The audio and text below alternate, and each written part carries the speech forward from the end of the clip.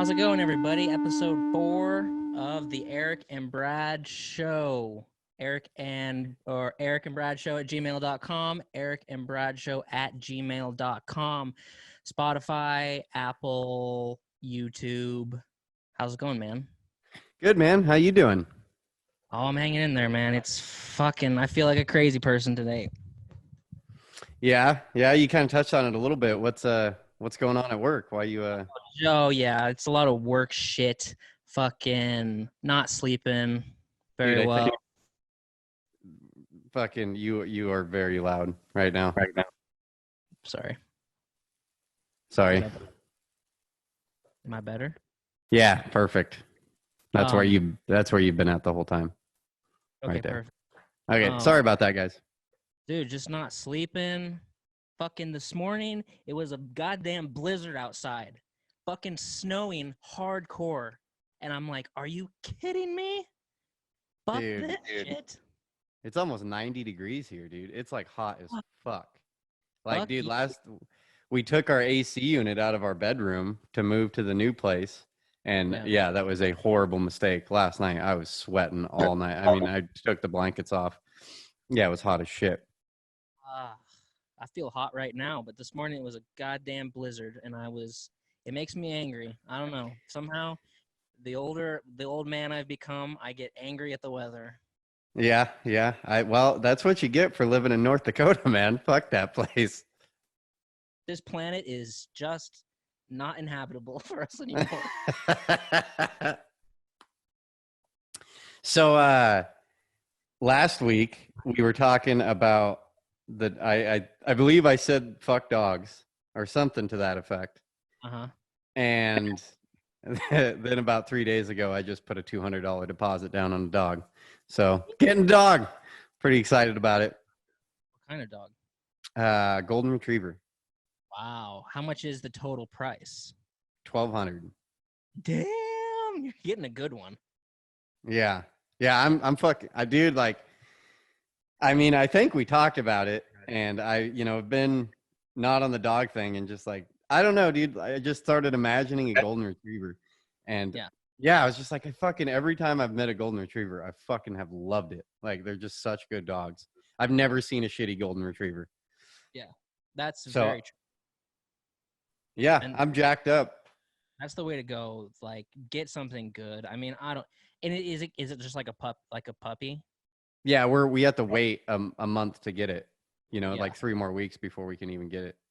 Because it's going to be 8 weeks old. Yeah. Yep. And and when I was shopping for a dog, like, because I had never had a dog before, like as an adult, and I did the same thing. It was like, you have to put a deposit down. It was like a fifth. The cash was totally like. The dog was total like $200. So the deposit was like $50, but you have to wait a month till he turns 8 weeks. And then I found this whole thing online of all these people who are they hate people who buy 8-week-old puppies. They're like, don't support backyard breeders. Go to the shelter and adopt a dog. Like, don't do that. Don't support backyard breeders. And I'm like, the dog's born anyway. He's already born. Like, if I don't, he's gonna go to the pound. I don't know. Yeah. I'm glad you brought that up, because that's kind of where I was going. Is I got, like, one of my buddies kind of like yelled at me. He's like, dude, are you fucking serious? Like, you're going to buy it? Like, yeah, fuck that. Go to the shelter and go get a rescue dog. Don't promote breeding. And I don't know how I feel about it. I get the argument. I totally get the argument against, like, breeding. Like, there's issues with it. Yeah. These purebred dogs have way more issues. Yeah. I don't know how I feel about it, though. Like, I'm half and half. I get the argument, but I kind of don't give a shit. Like, it's kind of cool having a purebred dog. Yeah, no, I agree. Everybody can't be a fucking backyard breeder breeding dogs, especially like if you're just doing it for money or something. But look, the way I saw it, he was already born when I rolled across the Facebook post. So I was like, someone's gonna take him. Is he a purebred dog? Yeah, that's what I was told. What is his breed? A pit bull. A pit? Okay, sorry. I didn't know if it was some weird, Belgian pit bull or something like that. I don't know. No, I'm not. They just said purebred pit bull, but I mean, there's a thing here where they're illegal, so I kind of try to keep it under wraps. Oh yeah. Is that why you were looking at me like that? I was like, dude, Jesus, sorry, I asked the breed of your dog. Oh, but it's okay. I live way outside of city limits, way fucking outside, so I'm good. Boom. Is that the dog you wanted, or is that just kind of? Yeah, that's what. Did it just happen that way? A pit bull. No, I was looking for. Hell yeah. It worked out. Dude, he looks happy as shit back there. He's been jumping around. He had like 8 brothers and sisters, and he's the biggest one of them all. I was like, fucking, of course. Randomly picked the biggest one. Boom. Did you see the new, I don't know if you're like into video games, but I believe today they just released the trailer for the new GTA 6. Did you see that shit? What? Yeah. It looks, if you haven't seen it, guys, go out and fucking check out the trailer. It's fucking badass. Like, I'm so fucking excited. I love GTA. I love GTAs. And I don't really like the online play. I like the campaign. And so it's been 5 years since I've been excited about GTA, because it was like 5-6 years ago when GTA 5 came out. And I'm just not really into the online play.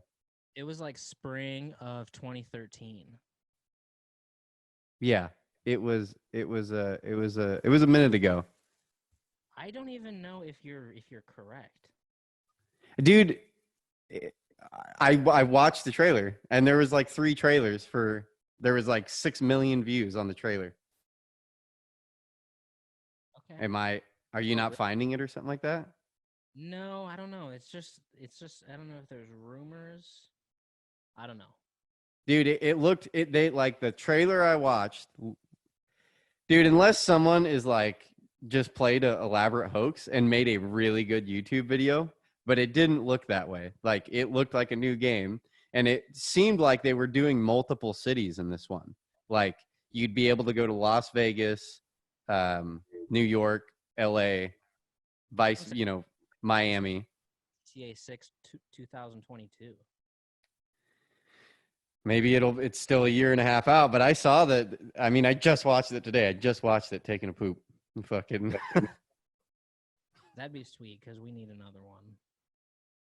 Waited far too long. Yeah, I'm jacked up about a new GTA. Fuck yeah. Boom. So thanks for making me watch Waco, you fuck. Okay. Yeah. Throw it at me. Oh, you got notes on it? I got a whole page of notes, but I'm not gonna go over them. I got a whole page of notes too. So let's get into it. Watch it? No, I still didn't watch it. So, no, I got this whole page of notes because I was all fucking fired up at 12:30 at night after I had finally finished the 6 episodes of Waco on Netflix. And I was screaming at the wall in my house. But your girlfriend cried when she watched it. Good, I'm glad. It means that she's a living, breathing human being. Insane, dude. That was insanity that I watched. Yeah. So what? Go ahead.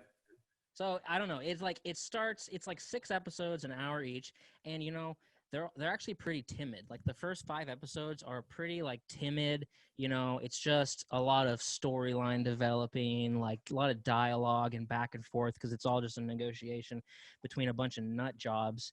And so for the first 5 episodes, I think it's pretty fucking timid. Like, there's not a lot of craziness happening.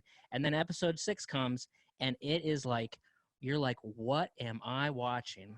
I mean, I don't want to say spoiler alert, because it's a true story, right? Yeah. The ending is fucking insanity. And it's what I thought was pretty cool, though, was like, is based off 2 books. One book by the FBI negotiator, and then one book by one of the guys on the inside of this compound. So they just took these 2 books that were written and based the show off that. So it was all just back and forth. Like, they'd show a little bit over here, a little bit over there. So I'm like, I wonder if 2 books if a show has even been based on like 2 books like that. I thought that was pretty cool. Then it starts off with Ruby Ridge, right? In the beginning. Okay, so I've seen that whole part. I've seen the whole Ruby Ridge part, and I got into like, I guess I did. I think I watched a little bit more like one night. I think I've made it like 1.5 episodes in because I got to where the kid like joins the compound and they're trying to like get the kid to marry the girl to save the dude's ass or whatever. And that's like right where I stopped. But the part we can keep going on the Waco side. My whole thing through this whole thing isn't the Waco thing. I mean, even then, I still, if you really feel bad for all these people, like I feel like they all made a choice and they all went down a path. But I have less of an argument on the Waco side as I do the beginning of that fucking show, the way they portray Randy Weaver is fucking bullshit. And that's my argument is how everyone always portrays Randy Weaver is fucking this poor guy. Fuck that. There's so much more to that. Well, they didn't even really portray him that much. Like he had like one line in the whole thing, you know. Yeah, it was only like 5 minutes. You know what I mean? It was like 5-10 minutes of that. But yeah. I'm just saying, like, yeah, they didn't do any backstory. The whole story of Randy Weaver starts, 18 months into the sit-in and just shows the last week of what's going on. You know what I mean? And like, well, they killed his wife. And blah, blah, blah, blah, blah, blah. Yeah, it was like the fucking hostage, like the FBI rolls up. Because I think like the ATF was there. And then like the FBI rolls up. He's like, why don't you have the roads barricaded? He's like, sir, no one's getting out. He's like, I'm not worried about people getting out. I'm worried about people getting in. We're in the middle of an Aryan Nation stronghold right now. And I'm like, oh my God. Get the hell out of here. I was like, oh my God. But that was my only, beef with the first couple minutes. Okay, so I didn't explain this to you before we started this episode, and I don't know. I'm a little nervous to do this because I'm essentially just going to take over the conversation for a solid fucking 5 minutes probably. But okay, so this is what happened earlier in the week with me is I got contacted over our last episode and arguing with my points about Randy Weaver and Ruby Ridge. And it turned into this whole fucking argument. I was on an Xbox Live party and a bunch of people joined, and it was Vince. Vince was the main person arguing with me. And it turned into this huge fucking deal. And a $50 bet got placed on. And now it's so convoluted. I don't even know what the $50 bet is anymore. And then last night, me and Vince got into it again for about an hour solid, like arguing over Ruby Ridge. So I'm fired up about the Ruby Ridge thing. So I spent all week doing massive, like going very in depth on the timeline of everything. So I wanted to clear up my opinion and why I feel this way and give a bunch of facts on what actually happened that day. And I was asked to do that by someone else in the party. They're like, well, you need to back it up. And they're like, you need to cite a bunch of shit. I'm going to say, I'm not going to cite anything through this whole thing. I'm a fucking retard. And this isn't some fucking historical podcast. Like, I don't feel like I need to cite shit. Like, if you really want to argue me and get that crazy with it, do your own fucking research. Like, but what I'm not bullshitting any of this shit, but I'm going to give, if you're all right with this, I'm going to give a full timeline starting from the beginning of how Ruby Ridge took place. Okay. Are you down? Is this too much? Am I coming in too hot? No, you're good. I just had no idea about that. But for one, this is not a historical fucking podcast. We're going to come on here and be wrong about a bunch of shit and then just come back next week and be wrong again. But I do like the argument that that's cool. It's cool to me that, they came to me like pretty fired up over something I said. It was a cool exchange. But now I'm fired up, and there's a $50 bet, which the bet's a whole nother thing of me getting fired up about. Because last night I go off on Vince about all this shit, and he's like, "Well, that's not what I was arguing." I was like, "Yes, it fucking is what you were arguing." Like, and he's like, "No, that wasn't the bet." And I'm like, "Yes, it fucking was the bet." So, okay, sorry, I'm up in arms about this thing. Well, you guys care a lot more than me, so you go do your thing. Okay, so here's the full time. It should take me under 5 minutes to get through this whole thing.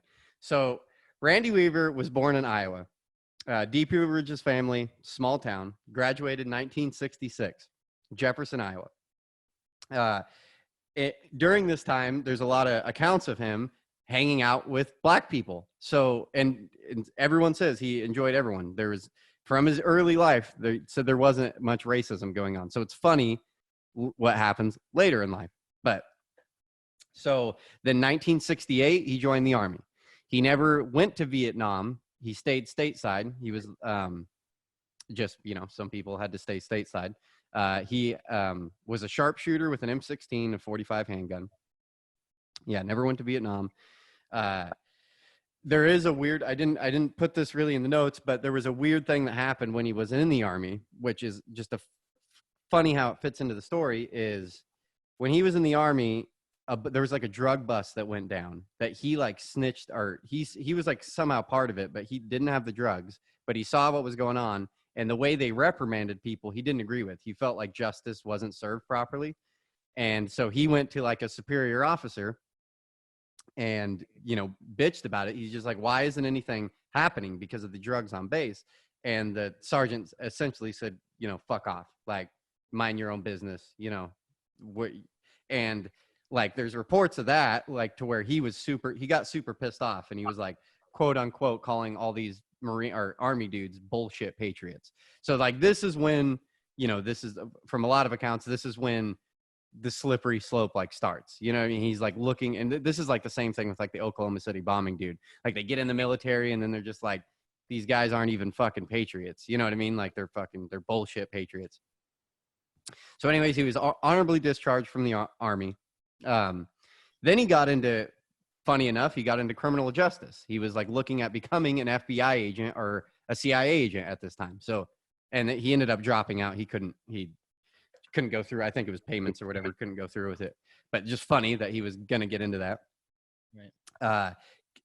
Right after that, he got super into Amway. You know what Amway is? God.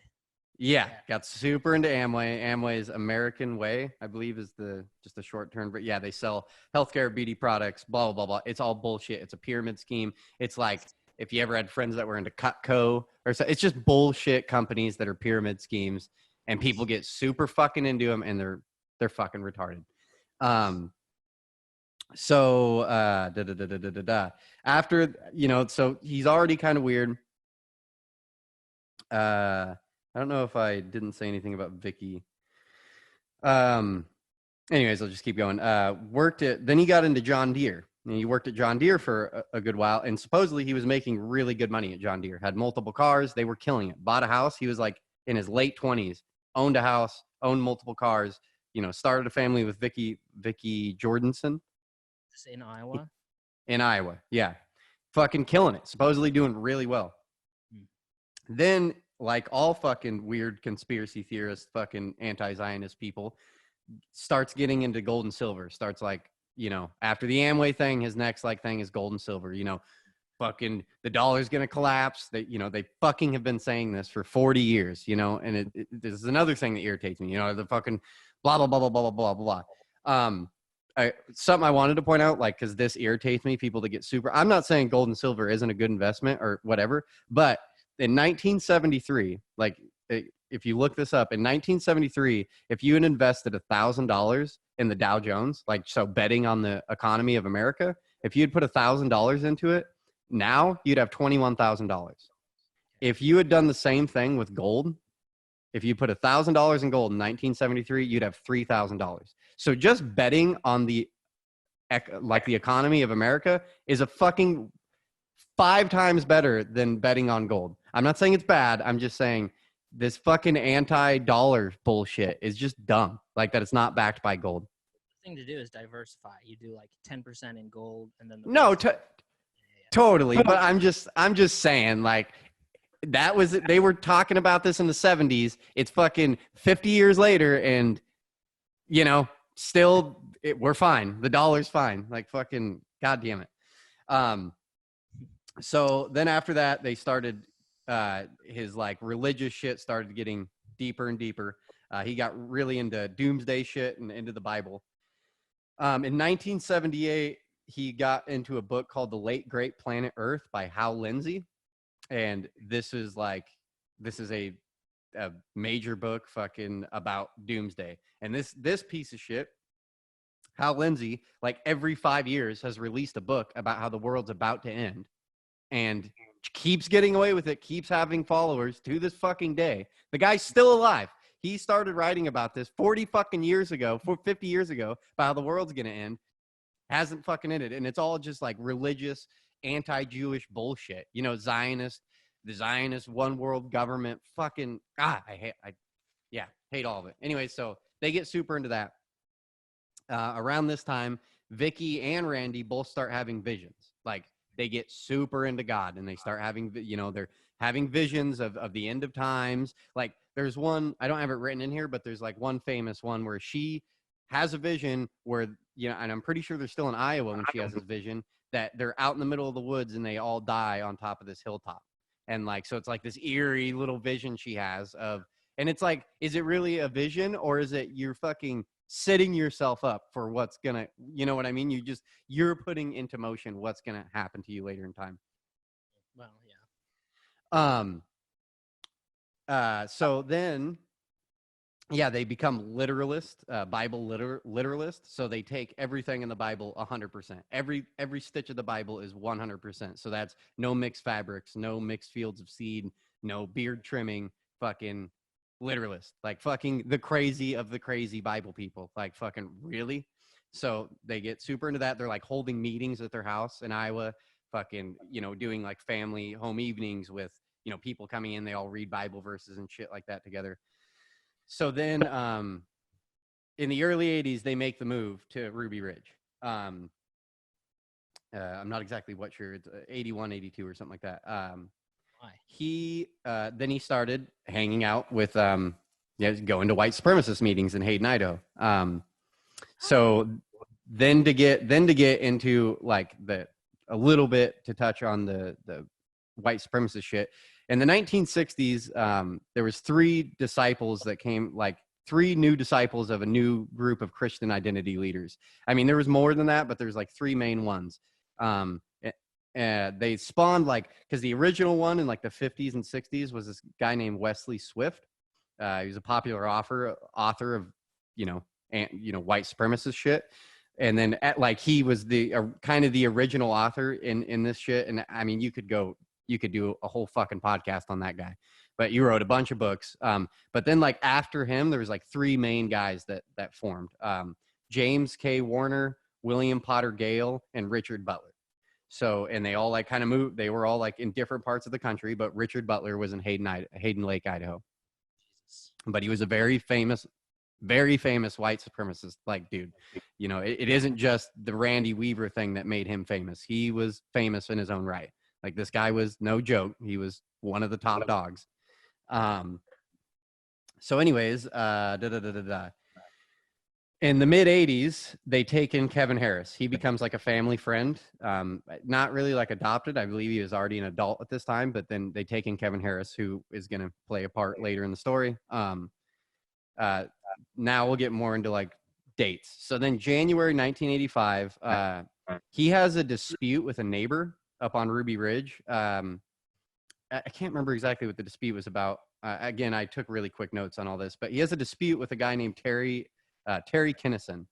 And Terry Kinnison informs the FBI that Randy has said that he's going to kill the president, kill the governor, blah, blah, blah, blah, blah, blah, blah, do all this stuff. And then so way before any of the Ruby Ridge shit, before the gun thing, there's already an investigation into Randy Weaver.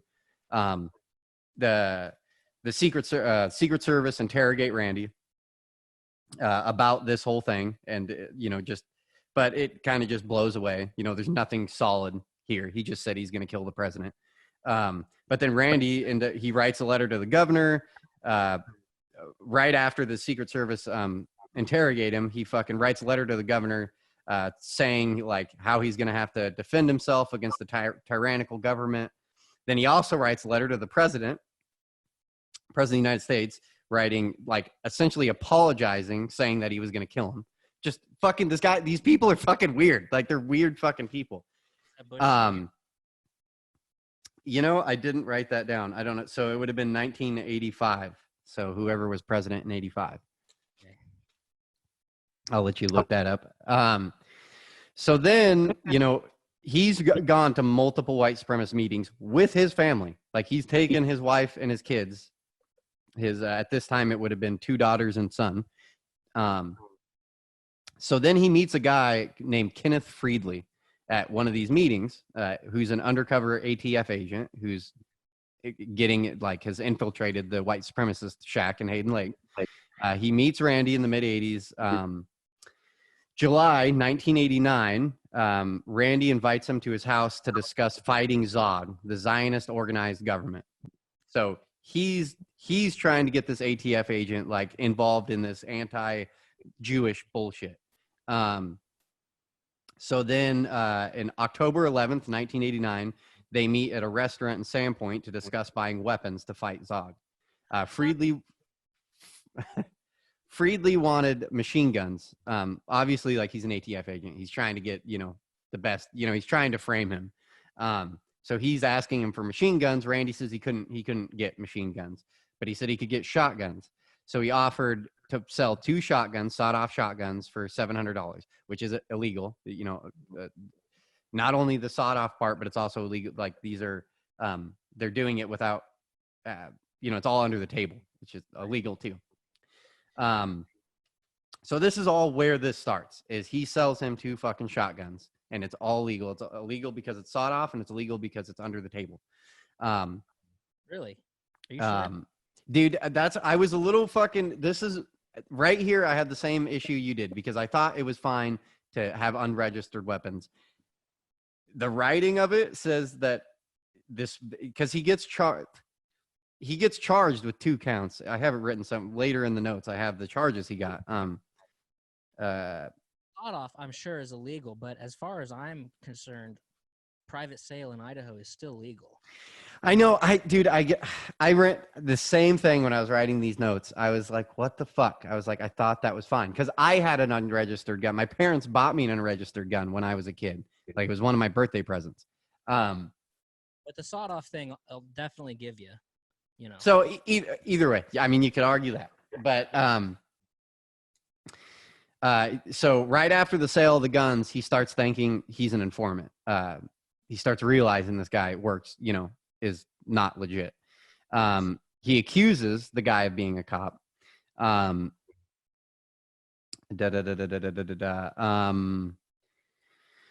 then blah, blah, blah. May 21st, 1990, ATF agent Herbert Barley files a case against the Klan. So this is in Boise. Files a case. This is just kind of a side note. This is when it's just shit starts rolling. The ball starts rolling. That's May 21st, 1990.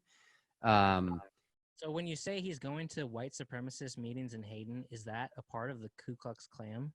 No. Well, no, they're not Ku Klux Klan. This is an Aryan Nations movement. This is more like a religious. These people were deeply religious, and there's parts of the Bible that can be interpreted as.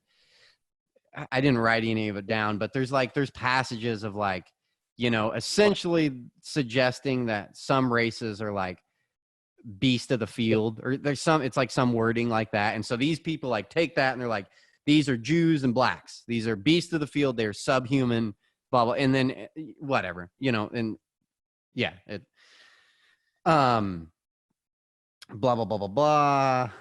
So ATF agent Herbert Burley, May 1st, 1990, files a case against the Klan. And in this case, he suggests they arrest Randy. They want Randy they've already had him on the 2 counts of gun shit. So he's they're figuring out what they want to do with him. Do they want to arrest him? Well, he's not that big of a deal. So what they really want to do is turn him into an informant. So, 2 ATF agents, Barley and Steve Gunderson, approach Randy in Sandpoint and try to turn him informant. So this happens. They approach him in Sandpoint and ask him to be an informant. Randy says, "I won't be a snitch."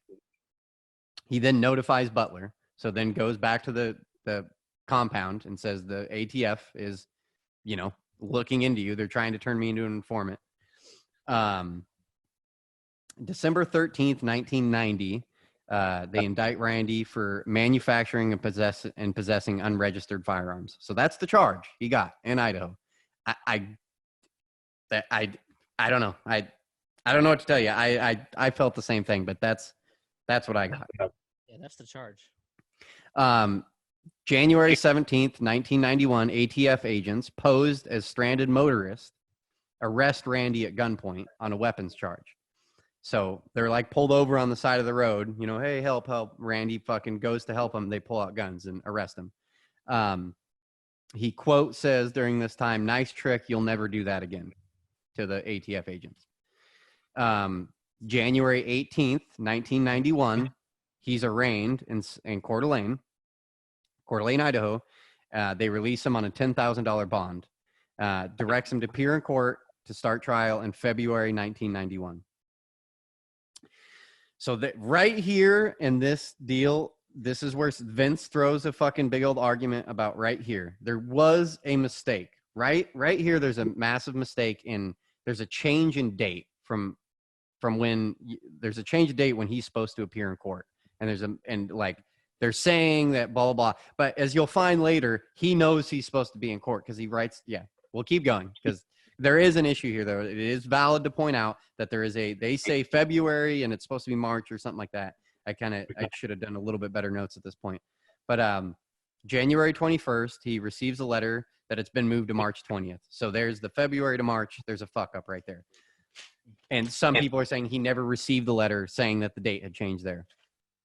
But on February 7th, U.S. Attorney's Office in Boise received 2 letters from Vicky, dated January 21st and February 3rd, addressed to the Queen of Babylon. So, this is in response to the 2 letters. So anyone arguing that they don't know what the court date is, that's wrong. They wrote letters back to the governor, you know, obviously that letter's bananas, you know, the Queen of Babylon, you know, obviously ranting that this is all bullshit. So there was an error in dates. It's not for sure if he knew the correct dates, but given the 2 letters she wrote, it really seems like they knew the right dates. So then there was a bench warrant was issued on February 20th because he never showed up for court. Right. March 5th, 2 deputies contact Bill and Judy Ryder, which are friend of the Weavers. And the couple, and so they come in contact with them. They're trying to get a hold of the Weavers. Everyone knows what's about to happen. You know what I mean? They know that that he's gonna flip them off and get off my property. Like the ATF already knows all this shit. So they contact friends and they're trying to get him to come in, you know, peacefully. The couple gives the U.S. Marshals a letter from the Weavers saying, we will not obey your lawless government, signed by the Weavers. So they know what's happening at this point. They fucking know what's happening. March 14th, 1991, U.S. District Courts indicts them and this is the moment that starts an 18-month sit-in. 18 months. This is when it all starts. They go fucking hide themselves up in the mountains. So then in June and July of 1991, SOG, Special Operations Group, this is U.S. Marshals, they start conducting surveillance. Not like hardcore surveillance but they start gathering intel. They're not like on the mountain yet. They're just kind of in and out, just, you know, trying to figure out what's going on, what they're up against. They report back as Randy Weaver is extremely dangerous and suicidal. July 19th, 91, they meet Rodney Wiley, who's another family friend of the Weavers. They ask him to convince Randy and his wife to surrender. The next day, he reports back, Randy Wiley reports back to the U.S. Marshals, we will never surrender because, quote, he will never surrender. He fears his rights will be violated.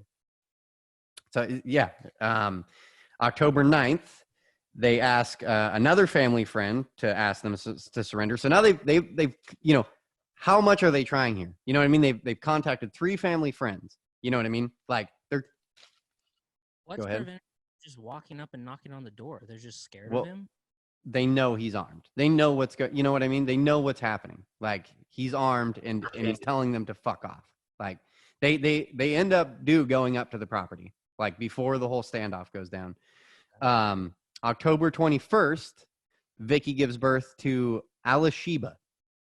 So they're in the middle of their hideout right now. They name their daughter Alishiba. It's illegal. So March 4th, 6 months later, Sog so this is 6 months after all this went down. Sog drives up to the property to meet Randy, and they're met with Randy at the foot of his property, and he tells him with a shotgun in hand and says, "Get the fuck off my property." He just told U.S. Marshals to get the fuck off my property. Like, you don't get to do that. You know what I mean? Like, that's like fucking Jesus Christ. Like, what do you think is going to happen when you're telling U.S. Marshals 6 months into a sit-in, get the fuck off my property? Like, this guy's living in La La Land. I see what you're saying. Like, you shouldn't do that. You're allowed to, but it's like you're allowed to poke a bear. Yeah, but the bears. We're gonna keep going after this, but I mean, with it's so convenient for like Waco, this show, to just show the last week of this shit going on and like, oh, this poor guy, government comes in. No, the government just didn't come in willy-nilly and fucking hold these people hostage. Like, even though that charge isn't that crazy, he still broke the fucking law. You don't get to go get a DUI and then tell everyone, fuck off. You know what I mean? I don't accept your DUI. No, you have to deal with it. You know what I mean? We all have to deal with laws. Like, you can think all you want that you want to live in some anarchist state. We don't live in an anarchist state. Fuck you. You know what I mean? You have to abide by the laws. If you don't think they're just, then go to court and fight it. You know what I mean? Like, that's the whole, you can do that. Like, I see what you're saying. If you don't believe in paying taxes and you don't pay them, you got to accept the consequences. This goes exactly into our AskReddit question of the day, but keep going. Okay. Sorry, guys. This is so in depth. I mean, I wanted to be as detailed as possible, like, because I was getting shit on for not being detailed. So now I'm coming out full guns, like, as detailed as I can get. Yeah. March 8th, 1992, the Spokesman Review in Spokane, Washington releases the story. But I didn't write it down. I don't know if it was front page or not, but they released the story that there's a sit-in going on up in North Idaho. This whole thing, North Idaho looks so bad. I fucking hate that. The 27th, 1992, March, a 3-phase operational plan is developed to safely arrest Randy with no deaths. This operation is called Northern Exposure. So they're going to extreme lengths to fucking end this peacefully. Way too extreme. Like, how much tax dollars have been spent already on this? Like, fuck this guy. So phase 1 is carried out April 2nd to the 12th, which is essentially just another intel gathering, just basic intel gathering. Phase 2 is setting up cameras. So now they go up on the hill and they start setting up cameras all over the place. May 5th, Randy saw on camera destroying one of the cameras. So he knows what's going. He knows they're setting up cameras. There's a side plan being like this, what I'm about to say, this goes to show like how far they're going to try to like deal with this. There's another plan that gets totally scrapped, but they flirt with the idea. They're about ready to buy a house next door to the Reavers and put a female and male ATF agent in, posed as man and wife, to try to just go live up on the mountain and then, try to become friends with them and then arrest them that way. You know what I mean? Like, yeah. But that plan gets scrapped. August 21st, 1992 at 4:30 a.m. So they're already going up and doing like armed guys are going up doing surveillance up on, this has been happening for a while. But on August 21st, 1992 at 4:30 a.m., they leave. These guys are staying up on Schweitzer Mountain, actually, the SOG, these special forces dudes or whatever. So they leave at 4:30. They leave Schweitzer Mountain. They drive up to Ruby Ridge. They start their surveillance at I didn't write it down, but it was like whatever, 6 in the morning or something like that. At 10 a.m., the dog one of the Randy Weaver's dogs starts chasing one of the dudes from the team. So this is when shit really goes down. And you can get a lot of details here. For the police wrote the guy that this all happened to, one of the team members. There is a lot of information here. I really skimmed down. I didn't want to get this crazy detailed. I just grabbed the main points. But a dog chases the dude. There's his Randy Weaver's 14-year-old son is behind the dog, like chasing, now running, like sees the dog is chasing someone. He starts chasing the dog, like to see what's going on. And then it's a classic, he said, she said, who fired first. But there's a gunfight, a massive gunfight that breaks out right there. Marshall Deegan and Sammy Weaver both die. So now a fucking federal agent and the 14-year-old son are both dead. In a massive firefight. So what's up? And the dog too. I didn't write that down. I'm pretty sure they killed the dog. Yeah. Within one day, now the FBI gets involved because now fucking Marshall has just been killed. You know what I mean? Like, Randy Weaver, on that day, the next day, Randy Weaver is charged with the murder of a U.S. Marshal. So now that charged with the murder of the kid. What about them being charged with the murder of a? I mean, and that's one of the main arguments. Like, to this day, Randy Weaver has. He's all pissed. No federal dude. I mean, I guess I kind of get that. But at this point, you're sending your 14-year-old son armed to go do patrol on your property. And he dies. You don't get to fucking blow his eye. Like, fuck, you put your family in this situation. You're a piece of shit. If I did that with, I imagine being a father and doing that to your kids. You are a fucking piece of shit. And this whole idea that he's in any way a victim, that any of the, fuck that. Fuck you for thinking that. You're a piece of shit, and you're being fucking, you're being naive to okay. But you can't, like, if you were to have like a scoreboard of well, I guess like how many points the government gets and how many points Randy Weaver gets, like the government has strikes against them in this situation. You know what I mean? Yes. Okay. I'm glad you stopped me here, because last night I was gonna write something in here and I didn't. But this is okay. People didn't like.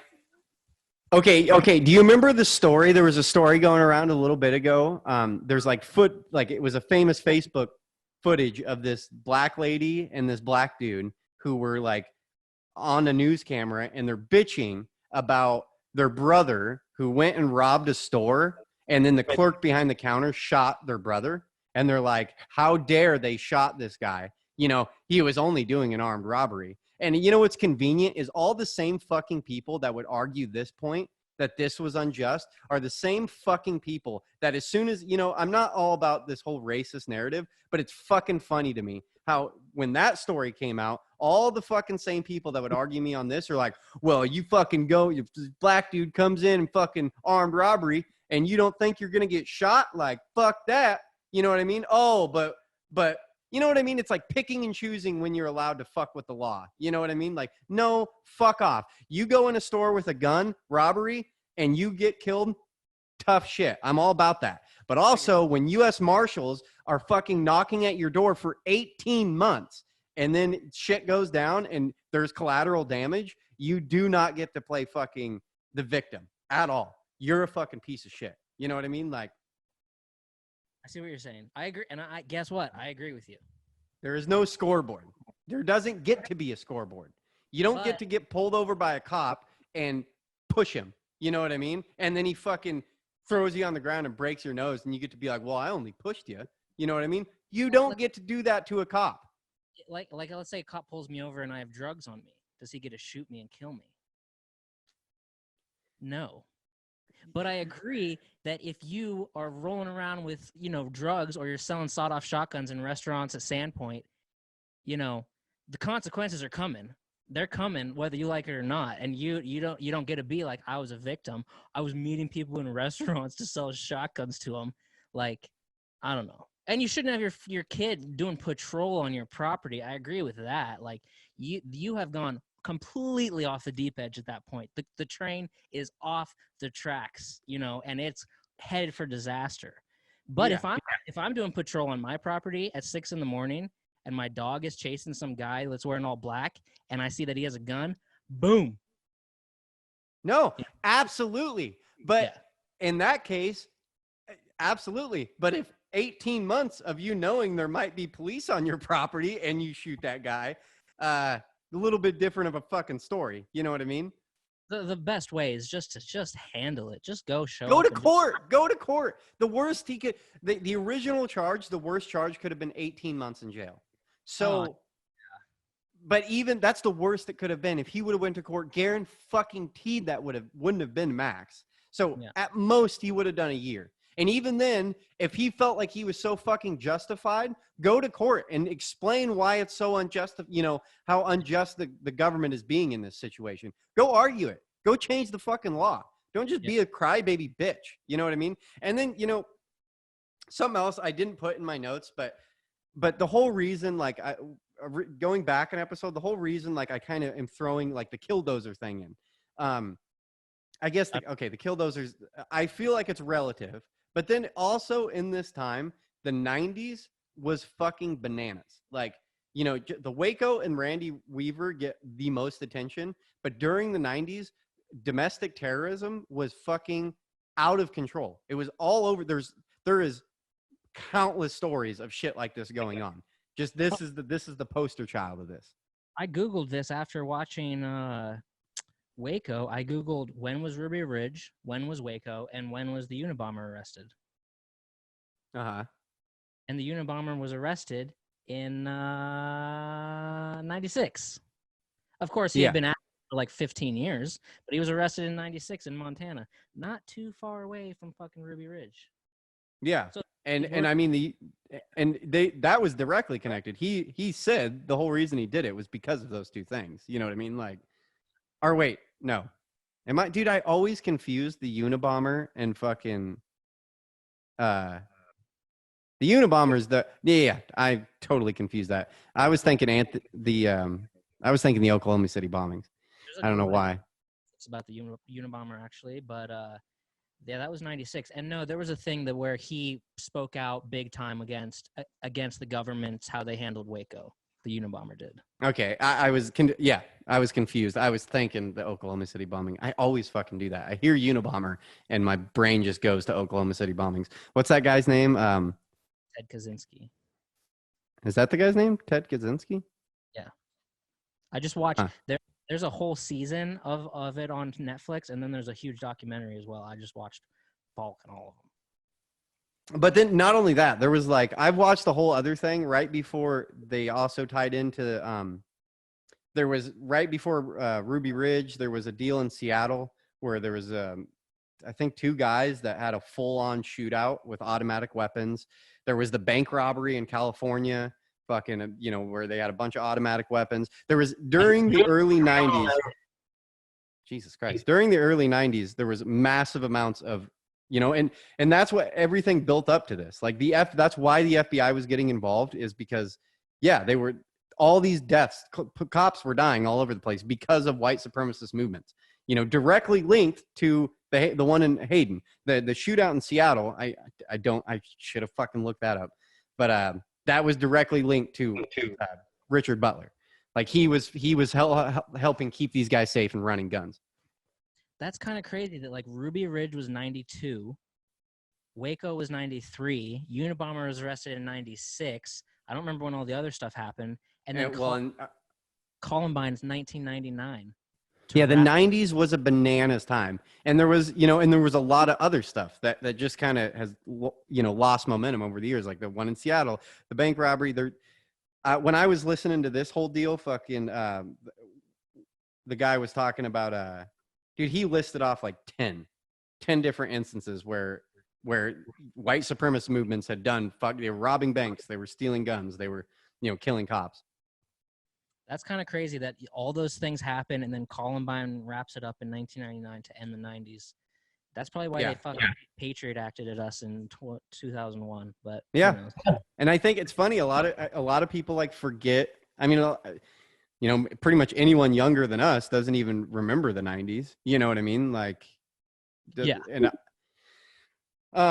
anyways, let me get through this real quick. We're almost done with my rant. So back to, you know, right after the shootout, fucking the next day, the FBI gets involved. Randy is charged with the murder of a U.S. Marshal.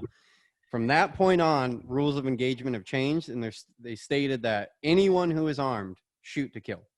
So from that, as soon as a fucking U.S. Marshal died, they're fucking done fucking around. Like, now, if you have a gun in your hand, you're gonna die. The next day, when the FBI gets there, yeah, they're fucking there to kill. You know what I mean? They're not doing surveillance anymore. They're there to kill people. Randy's shot in the armpit. Harris is shot, almost fatally. They're in a guest house, Randy and Harris, and then they make their way back to the main house, wounded. And Vicky opens the door to greet them as they come in, and she's holding the baby, and a sniper puts a bullet through her head, kills Vicky right there. Supposedly, no one knew that she was killed. The officer didn't know that she had died yet. Yeah, you're dumb. Fucking fuck you. Yeah, and then they drag everyone in the house, and then that's when, you know, then it's pretty much a real sit-in. They've surrounded the fucking house. They're there to, you know, now they're not doing patrols of the property anymore because now Kevin Harris is slowly dying. Randy, I guess, is fine from the armpit wound, but I mean, he's wounded. Vicky's dead. So now it's just 3 daughters. One of them is a newborn baby, and 3 daughters and him, and then Kevin Harris.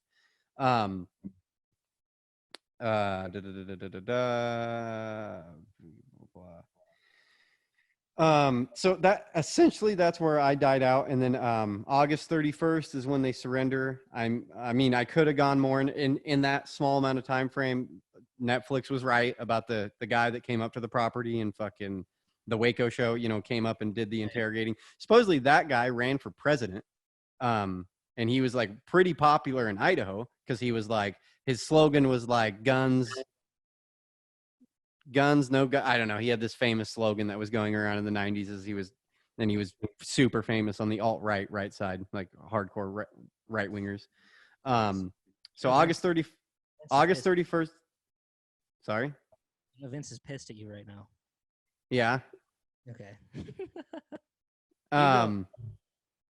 August 31st, they surrender. And that's pretty much where I wrapped up. The only thing I wrote after that is fucking they actually award them they sue him for some ridiculous amount. The Weavers sue the state or the FBI or whatever for a ridiculous amount. They end up settling for $3.1 million. All 3 daughters got $1 million apiece, and Randy got $100,000. And then he ended up moving to, I think he did 18 months in jail or something like that. And then fucking, and then was released and moved to Montana. And then he kind of got out of the limelight, stopped doing interviews and shit like that. Wow. I'm pretty sure he's still alive. Yeah, he is. I looked it up. That is crazy. So I don't know about the argument. I feel like Vince fucking flip-flopped me on this argument. When we were originally arguing, he was saying that they didn't know that the police were coming. You know what I mean? Like it was just bam, bam, and they were caught. You know, kind of the whole fucking story that I'm arguing is this, like, they didn't even know what was going on, and police just show up and start fucking shooting people. And then the argument turned into, like, how much time was there? And I was like, dude, it was way more than a month. When I was originally arguing, I'd forgotten the amount of time. And then now I'm saying there was 18 months, and he knew from day one what was fucking going down and refused to, yeah. And then last night we're arguing, and he's like, no, that's not what I was arguing. I was arguing that there was a change date error. And it's like, that is not what you fucking said. I'm very upset with Vince right now. Very upset with Vince. Okay, well, so wait, what was the $50 bet about? That's what I'm saying. What I was just saying is now we're arguing over what the bet was about. I fucking hate when this shit happens. And I feel like people duke me into this shit all the time. When they're wrong, then they like every bet I need to fucking record exactly the fucking stipulations, because then a few days go past and you prove them wrong and they're like, no, no, no, no. That is not what I'm fucking saying. Like, fucking, you fucking cunt. Well, there's a bunch of drunk people on fucking Xbox Live at 2 a.m. arguing about Randy Weaver. I know exactly. Super ass drunks. But I don't know, man. It's like as time goes on, it's just, if it was just Randy Weaver in a cabin by himself, I don't think there'd be a lot of mercy. But the fact that it's a family with daughters and the wife gets shot, then it turns into this huge sensation that will never, ever, ever be forgotten. You know, it won't ever be It's not just one nutcase like the Unabomber. It's a fucking, you shot the wife, you stupid fucking sniper. You don't shoot unless you have a clear shot. You don't shoot when he's like ducking into the door. Like as he runs from one house to another, when he opens the door and he's like ducking inside, then you don't go boom and like try to sneak it in. I don't know. Yeah, I mean, then I would like relate it to like military. You know what I mean? Like, what if you were in the military and you're like in Vietnam or something like that? Like my dad talks about this shit all the time in Vietnam. He's like, people like to paint the, us killing like kids and shit like that. But he's like, dude, after so many times of a kid like walking up to you and fucking having a bomb strapped to him or having a gun or something like that, like fucking, you lose all sympathy for killing kids and women. You know what I mean? Like you lose sympathy for you really separate enemy friend. You know what I mean? And it's like, you can't look, and that is super fucked up. But it's like, I feel the same thing is like once the FBI got involved in these snipers and they are told shoot to fucking kill, like, yeah, it sucks. There was some damage, that Vicky had to die. But I mean, if she had a gun, she was going to die anyways. You know what I mean? And fucking, I guarantee you, if there wasn't a newborn baby, she probably would have had a fucking gun in her hand. You know what I mean? She was just as batshit crazy as Randy. All these people were fucking lunatics, and they created their own demise. They almost wanted this to happen. They'd been, with all their shit earlier, getting into the end of days shit like that, like the Zog. You know what I mean? They felt like this was the new world order coming into them. They'd bought, and so that's what it's so dangerous to get into that shit. I hate people that get into this conspiracy theory bullshit, because it's like, shut the fuck up, dude. Like this new world order shit really irritates me. Yeah. I'm sorry. I apologize, people listening, and I apologize to you, Brad, for getting so worked up about this. All right. It's first of all, getting into Amway, and oh god, that guy's a nut. Just getting into Amway and all that craziness, talking about the Bible's all literal. I don't know. Like just running around doing that stuff. I'm sure a lot of doctors or whatever could argue that that's just self-destructive behavior. I don't know.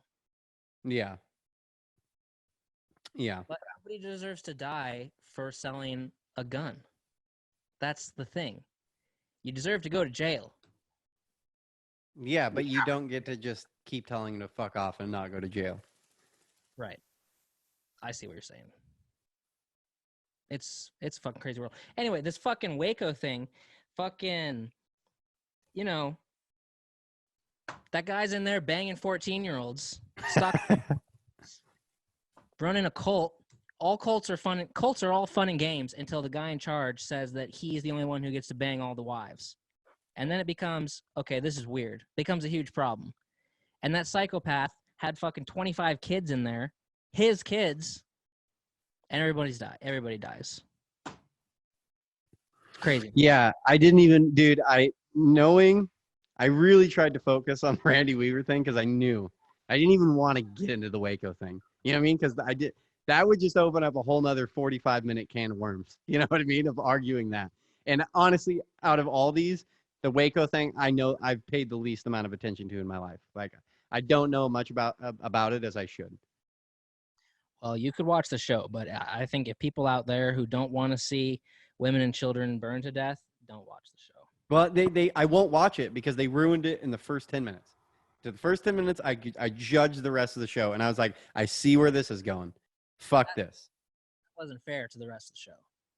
But I mean, obviously, you're saying they cried, they're burning the women and children. So obviously, they really focused on like these children dying, and I probably didn't focus as much about how batshit crazy this guy was.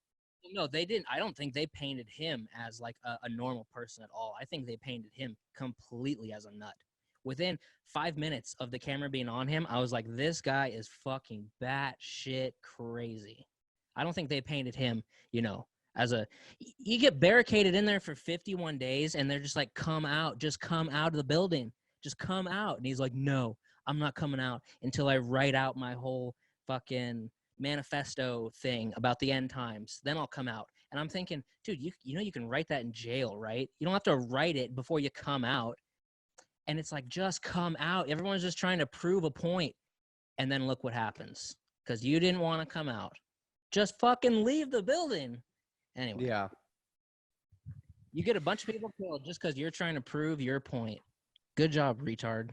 Man, we went off on that. I feel like I can't believe so much time's gone by. There was other things, but now I don't even, I don't want to keep going on this. I know. On this path. But I did want to touch on Killdozer. I didn't write notes for Killdozer, but to me, it's another one of those stories where a dude is painted out to be this fucking hero. One of the quotes that's attributed with Killdozer is, and I'm sure you've heard it before, is sometimes reasonable people have to do unreasonable things. You know what I mean? And that's a quote that's directly connected to that guy all the fucking time on the internet. And just about nothing about that, so I can't even speak about it. Maybe we'll bring that up next week, because maybe I'll actually do a briefer, abridged version of the same thing.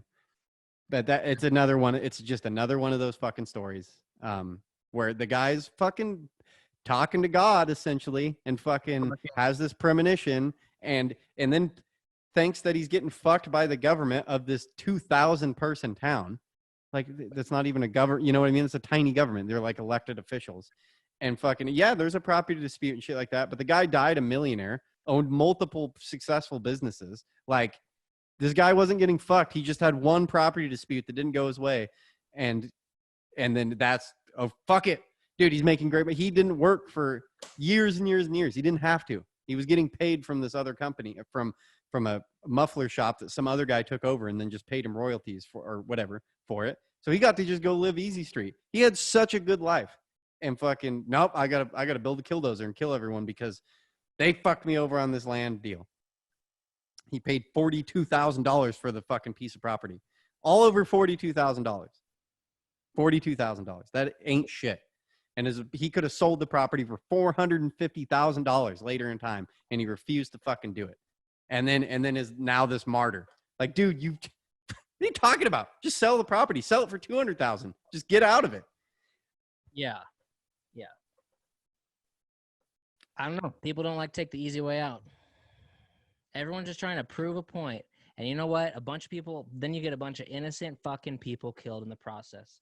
You stupid bastard. Because you want to. Yeah, no one did die in Killdozer, but millions and millions of dollar property damage. Oh, wow. But yeah, not to sidetrack on your point there. Yeah, in every other circumstance, people died when they didn't fucking have to die, and it's not the police's fault. Like the Unabomber, that Netflix documentary about the Unabomber, a lot of, high up professors and doctors and scholars agree with what his manifesto said, with the point he was trying to make. They agree with it. They just don't agree with how he went about it. Sending fucking bombs to people. You don't do it like that. Yeah, I know. And I know, I know a little bit about that guy, and that guy wasn't dumb by any means. He was a professor. Like, he was a fucking smart dude. Just little batshit. Fucking. Little batshit. I don't know. Oh, man. We went off on that one. Very fucking off on that one. Or do you want to jump somewhere else? How much time are we in? Dude, it's 4:11. We're over an hour. We're at like an hour and 10, hour and 5. Well, I mean, we can keep going. AskReddit question for the day is out the window. We've already discussed it. Is out the window? Out the window. Okay. My phone's over there, but it was something along the lines of, which I wanted to discuss last week, I guess, but it was Just when's it okay to break the law, you know, if morally you're against it. So that's what it is. I mean, all kinds of times, I guess. But I mean, but that's what those people were doing. Yeah, but when is it okay morally is different than what are the ramifications of your actions. Right. And actually, a lot of people were citing people like Gandhi and Martin Luther King and Thoreau, which I don't know too much about who that is. And they were saying those people broke the law and they expected the consequences, and they even like you know, gratefully accepted the consequences. They were like, I'm going to break the law and I want you to punish me for it. Well, you know, and absolutely. And I guess that does kind of tie in what we were talking about, but there's, you know, there is a morally good time to do that. And then a lot of people do it for a fucking bullshit reason, you know, for some racist bullshit reason. But yeah, I mean, there's plenty of times where it's fucking. I do want to say something a little bit to go back, but I do want to say, like, I'm not a smart guy. So if you really don't take all this shit, like any of this, I'm a fucking idiot. And I didn't do the research I think would be necessary, like, to really push the point home. I want to give a lot of credit to, again, I've said it before, but I pretty much got all this shit from Dan Cummins shit. The time suck guy, he was the original one who changed my opinion, and I revisited him multiple times on this topic to get all this information. I will say, if anyone's looking for a podcast, fucking that guy has one of the best podcasts out there, and it's not that popular yet. Time Suck with Dan Cummins. I wanted to plug that because I feel like I just stole a bunch of his fucking setup for how all this worked out, and so I feel like credit's kind of due there. Is new to me. Okay, hang on. Let's shift gears. I'm angry about this. Okay. Nicolas Cage cast to play Joe Exotic. Is that real? Yes, it's real. Oh my God. They're fucking idiots for making that movie, because by the time that movie comes out, no one's going to give a fuck. It's a TV show on CBS. Oh, it's a TV show? Scripted series. And they planned this a year ago. This was whoa. I mean, the series was planned a year ago. It's not based off the Netflix TV show. It's based off an article in Texas Monthly called Joe Exotic, A Dark Journey into the World of Man Gone Wild. CBS bought the show rights to this article in June 2019. Nicolas Cage will executive produce. This show is Nicolas Cage's first TV show. Boo. CBS, are you fucking kidding me? Fuck that. I'm not watching that. The Netflix series, as, batshit insane, crazy, shouldn't be glorified it was entertaining as fuck. And it was kind of entertaining because of how, R-rated it was, I would say. Yeah. Yeah. CBS and Nicolas Cage, you have like 2 decent movies. So not a good idea. Stupid. But you're gonna ride the fucking coattails of the Netflix series. So go for it. Make your money. I'm not. Yeah. Do you hate Nicolas Cage? A lot of people. What? Do you hate Nicolas Cage? A lot of people seem to fucking hate Nicolas Cage. I don't hate him. I mean, I think he has more bad movies than good. I think that he's just kind of a nut with his money. Like, he just buys a bunch of houses and goes bankrupt. I mean, Gone in 60 Seconds was cool, and Matchstick Men was cool. Never saw Matchstick Men. It was cool. It was cool. It's not like the fucking greatest movie, but it was cool. Should he play Joe Exotic? No, you shouldn't play Joe Exotic. We'll see. Well, I guess we'll see how good I mean, even if you don't watch it, you're going to see it. You know what I mean? You're going to see some clips of it, like, for sure. You're like at dinner party drinking like $1,000 wine glasses in Hollywood with the elites. What are you doing next, Nick? Oh, I'm playing Joe Exotic for a CBS TV show. What? Yeah, it's gonna be great. Okay. Whatever. Luck with that. Call me if it goes on HBO. I'll watch it. Boom. Man, I did have a story planned out, but I don't know if we have time for it. It's kind of a long story. You want to wrap up and get the guest on? I might have to save the story for next week. Oh, really? Okay. I mean, we can keep going. We can just do a long ass podcast. Let's wrap it. I'm way past burnt out. We'll just touch on it next week. Yeah, I got the reason. Another buddy hit me up and told me what he liked about the show and what he disliked about the show. About our show. Oh my God. Okay. He said he hated the Reddit questions. He's like, the fucking dumb as hell. Which I kind of disagree. I like the Reddit questions, but you can't take that. But he said the 2 stories I did last week, he said he fucking loved them. And so I kind of figured I might implement some stories into shit. You're looking at me like I just hurt your feelings, and I'm just telling you exactly what was said. I like the by this buddy that hates me and likes you. Okay. Dude, if you want a better Reddit question, send us a question. Then I won't read the fucking question. Send a question. Boom. There you go. Mystery man. We need content. Send a question. erickandbradshaw@gmail.com. If you don't, I'm just going to keep reading fucking Reddit questions. Boom. I like the Reddit questions. He can go fuck himself. Fuck Fox. Just kidding.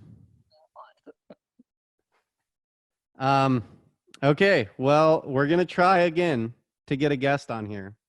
If it fails this time, I'm fucking going up, buying a piece of property, gonna have an 18-month set-in, and I'm fucking killing some people. If the guest doesn't show up, we'll be back with a story from Eric. Boom. There we go.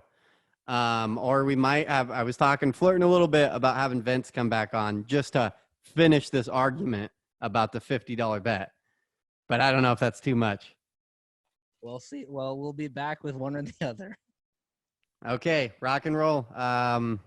See you in a second, guys. Bye. Welcome back, guys.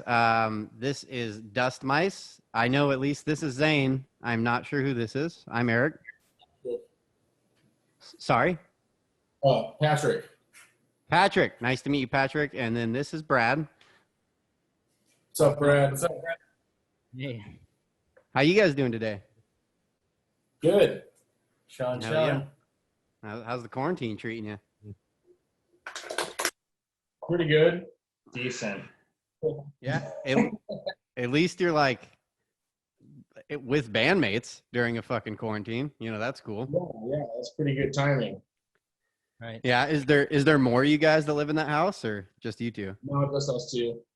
Okay. You guys been breaking the law and still meeting up and practicing? No, I wish though. That would be awesome. That sucks. Yeah. I was suggesting doing a live stream sort of thing, but yeah, and not everyone has any gear. Yeah. I've been in this argument for a while with friends. Is if you can pull it off, and I was arguing forever. I was like, dude, the latency is not going to allow us to do this.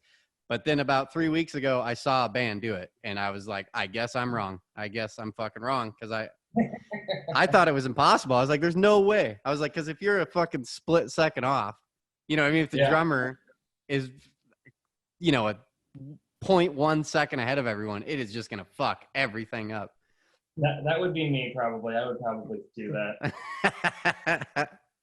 You just do an ambient set. Yeah, that'd be cool. That'd be kind of cool. So I listened to you guys, dude. I fucking loved it. You guys sound really fucking good. Not to be a dick, but I mean, a lot of times you have town, friends, bands, and you're like, yeah, you guys are pretty good, but it's really not that good. Fucking, you guys had a really good sound in that. I really liked it. Thanks, man. Hell yeah. How did you guys record that, or did you guys go somewhere and have that recorded? Yeah, we recorded it ourselves, but mostly it's our guitar player Robbie, who's a pretty good engineer. and does a lot of recording work for other bands and stuff like that. So we're lucky to have his super high-end equipment just sit in our practice space.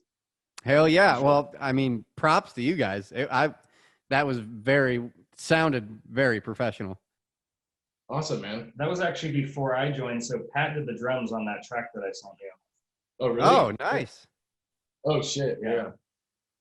Oh, hell That yeah. That was where we're trying to find a drummer we felt like, we'll record some stuff with drums on it, that way they can tell what they're getting into. Kind of thing. Yeah. Yeah. Demo for me to learn. Were you guys like in the middle of recording, or you guys got more recording shit coming out? With we have Zane? an album. What's that? With Zane? Is he on the new stuff, or? Oh, yeah, we had an EP with Zane, and we just finished recording an album that we were going to release around now. Yeah, our first full length with a music video, but all this shit happened, so now we're kind of like, when do we release it? Do we wait? Like, yeah, because you're gonna want to like do a release party, I'm assuming, and like be out and about and playing. And if you release it now, yeah, that makes sense. That sucks, man. It is what it is. What are you gonna do? Yeah, it is what it is. That's gonna be the first music video, right? Yeah. Yep. Trying to do it as a single, maybe shop that around to some record labels. You know, maybe. I don't know. Maybe when all of this is over, because I don't know how much business they're gonna be doing, you know. Yeah, I'm nervous to see, like, and especially in music shit, like it's already hard out there. Like they don't want to pay anything. Like after all these bars and shit lose a shitload of money, it's probably going to be that much worse. Like, you know, they're not even going to want to give you 2 drink tickets. You know what I mean? They're going to be like, well, half off drinks or something like that. Yeah. We're doing a pretty good job here. I mean, fucking half off's a pretty good deal. You're getting exposure. I can feed myself with exposure, right? Yeah. Pay my bill. Before all this took place, were you guys out and about like a lot? Were like every weekend type of thing, or? Well, about like once a month kind of thing. Okay. So you gotta like through the different venues, you know. We had a bunch of really cool stuff scheduled at like a little bit larger venues than we had gotten our foot in the door with before. So that was like, we were hoping it's gonna be a good summer for us. You know? Fuck, dude, that sucks, man. Like, yeah, what horrible timing. I mean, hopefully this ends in a few weeks and you guys can get going. I would think, you know, I've been talking to a few people. I don't know what it's like in Seattle, but a few of the people here in Portland, they are like itching, you know, like bars are like itching. It'll probably be really good for the first few months. Like, I bet bars will get packed and live music will be awesome for the first few, hopefully forever. But I mean, at least for the first few months, I'm assuming gigs will be paying and fucking they'll be wanting to get bands in. Yeah, I think a lot of people go out that like weren't really going out to shows a lot before, but then now that they can't, they're like, fuck, I wasn't doing that and I really missed out on that. And like committing to, you know, at least for the few weeks, you know, like I'm gonna start going to shows again, even though, you know, I have a kid at home or whatever. Yeah. Oh, hold on. Uh-oh. You're good. Poor cat. You guys are in Beaverton, right? Well, he is in North Dakota. He works in the oil fields. And then, yeah, I'm in Beaverton. Yep. Gotcha. Hence why we're doing it over Zoom, you know, instead of in the same building. You know what I mean? Fucking, it isn't just the coronavirus that has us separated. We're also 2 time zones apart. Absolutely. Gotcha. So how you been doing, Zane? Fuck, it's been a hot minute since we've talked to each other. I've been good. I mean, up until now, just finally getting my foot in the door in music here, and then this shit happened. So. Hell yeah! You guys, right? Sorry.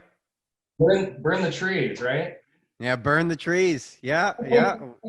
That was fun, man. Yeah. Yeah, that was fun, man. That was what? 7 years ago, 8 years ago, or something like that. That was like 2012, I want to say. Yeah, 8 years ago. Yep. Yeah, we were doing it for a minute. Fucking, I don't exactly know. I don't remember exactly how that all fucking fell apart, but yeah, that was fun. I still have a demo of Charlie Would Be Proud, that PA recording from Post Falls. Dude, you got when we're done with this, you're gonna have to send that to me, dude. I haven't heard any of that, and since we did any of that, I remember Bryce had some shit, and I haven't heard any of that music pretty much since we like went different ways. Yeah, I'll get it on my computer and I'll send it to you after this. Boom. Sweet. Oh, yeah.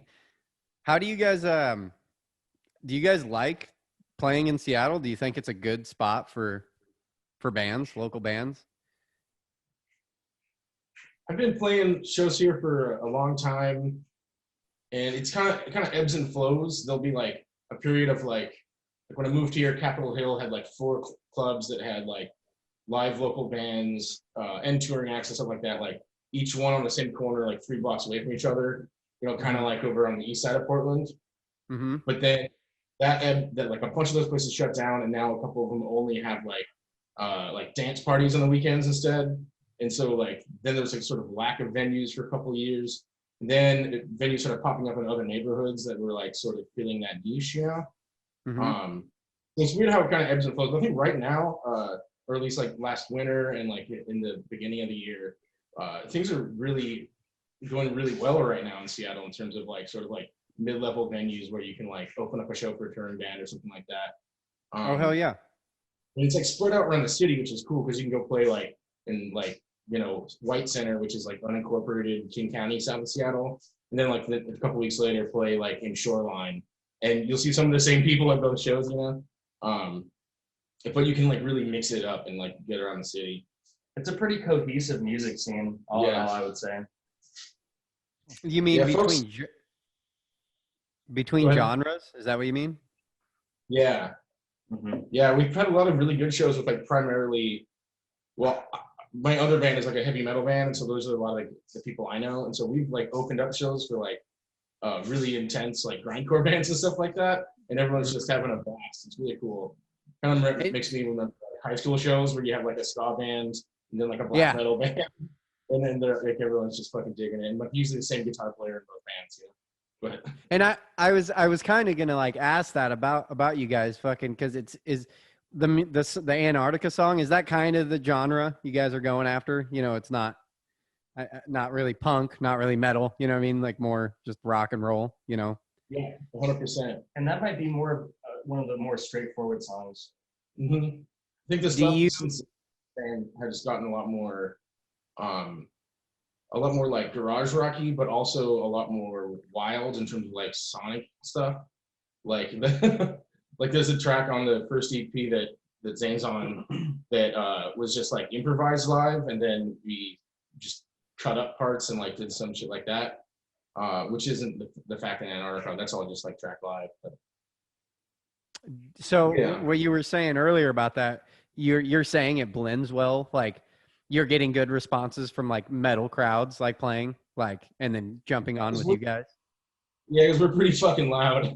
That's what, yeah. Okay. That's like, yeah, like, you know, even though we have a saxophone, the saxophone is going through like 20 FX pedals and a fucking, you know, 2x12. So like everything is just, everything's really blasted, which, you know, sometimes you forget the size of the venue is a little small for that. We have a hard time with small stages. Yeah. Fucking yeah, I was wondering that because I've like here in Portland, you know, I haven't done my due diligence as much as I should have, like with the scenes and stuff like that. I could have done a lot better, but I've noticed here, I would say that the genre that has like the best following and the coolest venues and are like the most tight knit are the punks here.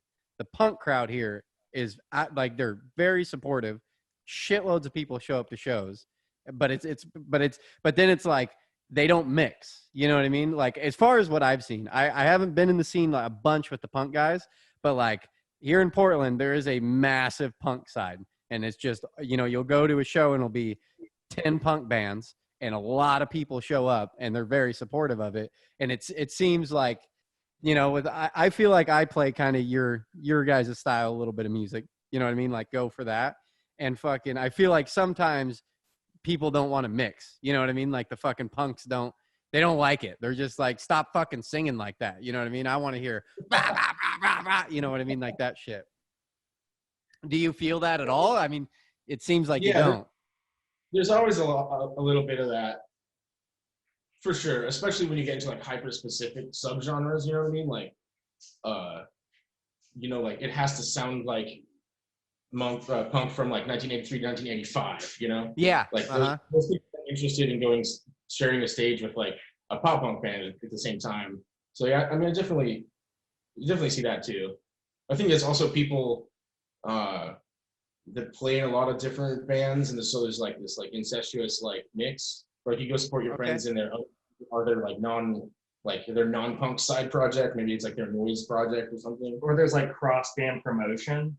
Like I don't know. I play in another band, and so I have access to both the Facebook. So sometimes I'll just like cross promote a little bit because we play the same thing, so it's kind of like we attract somewhat of the same crowd. I don't know. Fuck yeah! What's the other band's name? It's called Mind Beams. Mind Beams. Okay, I think I've seen you do that. Okay, that's right. Yeah. Proggy stuff. They actually count out their parts. Yeah, I actually had to learn how to read sheet music again when I played with them. Oh shit! Damn. Yeah, that's not rock and roll, man. Definitely not punk. Hell yeah! You got anything to throw at him, Brad? Oh yeah. So kind of have some mutual friends. My buddy who I went to high school with, Kyle Miller from Bidadat. Yeah, Kyle. So I hit him up like last week and said, dude, we're having the guys from Dust Mice on our show. Do you know them? He's like, oh yeah, I love those guys. Tell them I said what's up, and tell Eric I said what's up. So like, okay. And then I was like, what are some questions that I could ask them that, you know, that you wouldn't mind being asked and stuff like that? So he kind of helped me out, and he just said, what other bands do you play with locally? And then what venues do you recommend? Like if someone's rolling to Seattle and they want to go to some live music, what venues could they, you know, Google Map? Well, right now, none. But I think the Highline is a super awesome venue. That's in Capitol. It's like the last venue in Capitol Hill that will have like 8 local bands. Like, the Kraken in the U District is like they have like a tiny pinball area, and then the rest is like dedicated to just tons of bands every night. They're a really fucking awesome venue. That was actually our last show was supposed to be there. Yeah, but got canceled. That sucks. And then there's a bar called the Screwdriver that in the back has a venue called what's the venue called? It's called Belltown Yacht Club. Right. So it's kind of like a hipstery name, but they have really fucking good shows too. Who's that place in White Center? Oh, Drunky Two Shoes. Yeah, Drunky Two Shoes. They got like an outdoor stage now. It's pretty cool. And they actually like will pay you, which is pretty cool. So yeah, we were surprised. We were like, wow, we actually get money and not just drink tickets. And that was a show we played with a country band. Yeah. Our saxophone player plays in a country band, so it was like pretty different genres, and people were stoked. People were rocking out. Nice. That sounds perfect. Fuck yeah. Do you guys how do you guys feel about like doing, because I've made the switch a little bit in trying to just go after bars that don't really have the music thing, because to me that's my theory, is like that's where you're going to get the most money. You may not, you know what I mean, like fucking just doing it by yourself and taking on a bar that really doesn't have live music, you know what I mean, and then they're like new to it, you know what I mean, because you got to give some like credit. It sucks that musicians don't make that much money, but you do also got these venues that are pumping 8 bands a night. It's like, dude, if they paid everyone $2,000, you know, if they paid them $500 a piece, they're gonna go broke. You know what I mean? Like they're not gonna make any money. Fucking, do you guys like doing that? Have you guys like looked into that? Like going places where it isn't the norm? You know what I mean? Just kind of taking over. Well, we're pretty lazy. That's and loud. So it's kind of like we have to find a venue that would accommodate that, I guess. Yeah, I totally get what you're saying. They're out there though, man. Like you can find those bars that like, I mean, it does suck, dude. I know the struggle, man. When you're loud and then fucking people, yeah, especially if it's not a music bar and they're just like, will you shut the fuck up? Like it's so loud in here. Like that sucks, man. But you know, it is what it is. Fucking. Yeah. Oh, to add to Brad's question, I would say the 9-pound hammer is cool. Not maybe as a venue so much, but as just like a general like culture bar set. Yeah, and that's one of those places you're talking about. They have shows like every couple months, and we played a show there, and that was one of those ones where like there was plenty of people there in the other part of the bar, and when we were done, they're like, it sounded great from the other part of the bar. Yeah. You know? Yep. And you can't, Well, yeah. you can't hate on it. Fucking, I definitely have seen a lot of bands do that. And fucking, it's funny being a musician. You kind of get tone deaf, or you get deaf to how fucking loud it is, and then you don't realize it. And especially when your speakers are all pointed one way, you're standing there and like, it's not that loud. But if you stand 10 feet out, you're like, dude, that's fucking very loud, very fucking loud. And I know how heavy fucking Zane likes to bang. and play drums. Yeah, that's true. That well, they had to tell me to play louder when I auditioned, actually. Like, one critique, just play a little harder and a little louder. I was like, all right, try. Well, fucking hey, guys. Thanks for coming on. We appreciate it. Oh yeah, Thanks for having us on. Yeah. Nice to meet you guys. Yeah, absolutely. When you guys get to like release or whatever, the album, fucking when shit opens up around here, fucking yeah, hit us up. We'd love to like have you back on, play some, promote more of that shit. I really enjoyed it. Like I'm not bullshitting you guys at all. Like I was very surprised. It's like, dude, this song kicks ass. Like this is very, very well done. Awesome. Yeah. Thanks, man. Played it a few times. I definitely liked it too. Where can people go online to find more Dust Mice? That's a good question. Zane?